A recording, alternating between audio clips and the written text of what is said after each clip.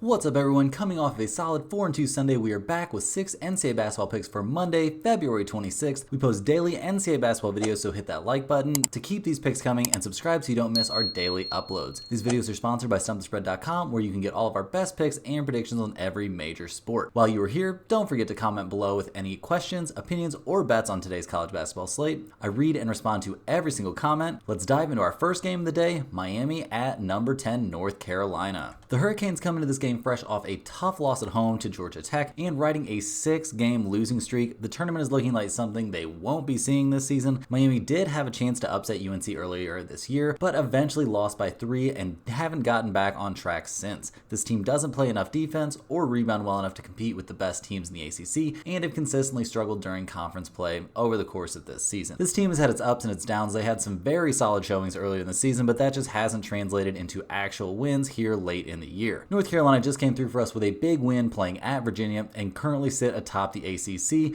They're going to be a tough out when the NCAA tournament time comes around. The Tar Heels are one of the best offensive teams in the nation with elite rebounding and some big-time star talent in RJ Davis and Armando Bacot. This team can defend at an elite level, and they are locked in and have been very good this season at home. We're going to actually take Miami plus 14 playing on the road in this one as a very small lean. This is a short slate without a ton of elite value, but I think there is something to be said for backing the Hurricanes, who will be hopefully out to give one last hurrah against a rival opponent. UNC is in a letdown spot after their big win over Virginia and might be looking ahead to much tougher opponents coming up. They're going to be going against NC State, and they've obviously got their end of the season showdown with Duke. Next up, we've got Norfolk State heading to take on Morgan State. Norfolk State almost lost to Coppin State on Saturday, coming out on top 68-66 thanks to Alan Bertrand knocking down 2 free throws with under 10 seconds left. The Spartans are currently the top team in the MEAC with a solid winning record, but they cannot be putting in that kind of performance against a weak opponent if they want to feel confident about being able to win their way through a conference tournament.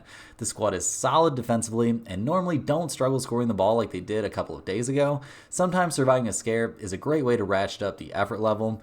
Morgan State is coming off back-to-back road losses and haven't had a good time in conference play this season at all. They're sitting at 5-5 in conference play. The Bears are a very weak team on defense. Their rebounding is also a big concern, and they don't seem to have the ability to really compete on the glass, even in conference play, and they're not in a real big-name conference. Looking for positives on this squad, it's pretty difficult out there, guy. There's not a lot of good things to say about this team. We're going to take Norfolk State minus 4.5, as I think they use this as kind of a bounce-back spot after playing so bad against Coppin State and almost losing to the worst team in their conference. This could be a little bit of a bounce back spot for Morgan State, but they did lose by 10 in this same matchup earlier this season. Next up, we're looking at Alabama A&M going against Florida A&M. Alabama A&M comes into this game fresh off a tough loss on the road to Bethune, where their big second half comeback came up just 2 points short. The Bulldogs have actually been playing well down the stretch, winning 3 in a row before that tough loss. This squad isn't anything to write home about, obviously, and will finish things in the bottom half of the conference, but a 500 record in the SWAC isn't a major letdown for them. The offense for this team was looking much better during the winning streak, and I think we'll see them coming alive again going against a lower conference opponent. Florida A&M actually comes into this game off a very rare win. The Rattlers took down Alabama State 73-65 their last time out and now have 3 conference wins.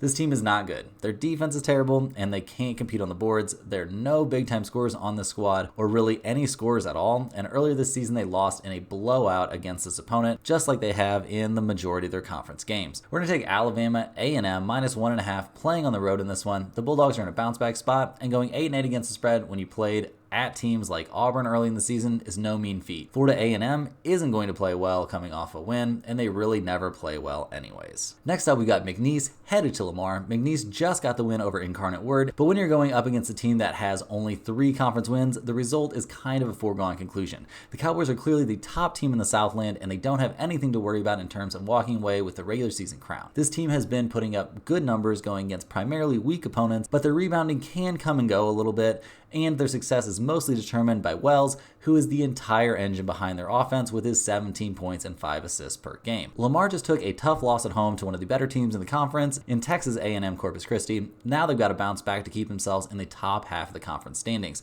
The Cardinals are not a bad team even though they have no big-time scorer. This team can rebound with anyone in the Southland, and their offensive production is not shabby at all. Defense can be a problem at times, but they are in a bounce-back spot in this one, so I think the effort level at least will be pretty high. We're going to take Lamar plus 10.5 playing at home in this one, as they are catching McNeese in a spot that can't feel that important to the Cowboys, and Lamar should be in desperation mode coming off a loss, and they are amazing at home, going 8-1-1 against the spread on their home floor this season. Next up, we've got West Virginia at Kansas State. West Virginia comes into this game fresh off a shockingly competitive game at number 6 Iowa State, but have dropped 5 of their last 6 and are sitting in the very bottom last spot in the Big 12. This team caught ISU sleepwalking their last time out and kept things close.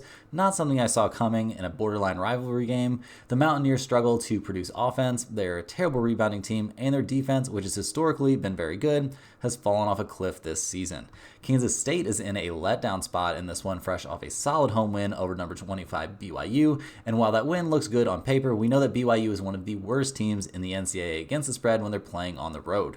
The Wildcats are a solid squad that plays good defense and can crash the boards, but do they belong in the top half of the Big 12? The numbers I see would say no. This team is fighting hard to have a shot at making the big dance though, so every game should be very important to them. We're going to take Kansas State -10 at home in this one. The Wildcats should be in desperation mode, looking to check off every single win they can get, and they manhandled West Virginia earlier this season, winning 81-67. On the short slate, I think the Wildcats are reasonable value. Last, we're looking at the biggest matchup of the day. We've got number 11 Baylor heading to TCU. Baylor comes in this game fresh off a very tough overtime loss to number 2 Houston. The Bears shot 40% from 3 in the loss and managed to comfortably win the rebounding battle, but still lost the game because they couldn't take care of the ball. Baylor had 19 turnovers in the loss, and they got almost nothing from their bench, which totaled 2 points and only 3 total shot attempts. You can't live with absolutely no production from the second unit, even in college basketball. Baylor is a very good rebounding team and have elite offensive production, scoring the 28th most points per game in the NCAA. TCU comes into this one fresh off a blowout win over Cincinnati and have won 3 of their last 4 to get into 4th place in the Big 12. The Horned Frogs won at Baylor earlier this season in a triple overtime thriller that came down to the last possession over and over again. TCU is an elite offensive team that can play solid defense and competes hard on the boards, and they've got Emmanuel Miller, who is a solid scorer, putting up 16 efficient points per game.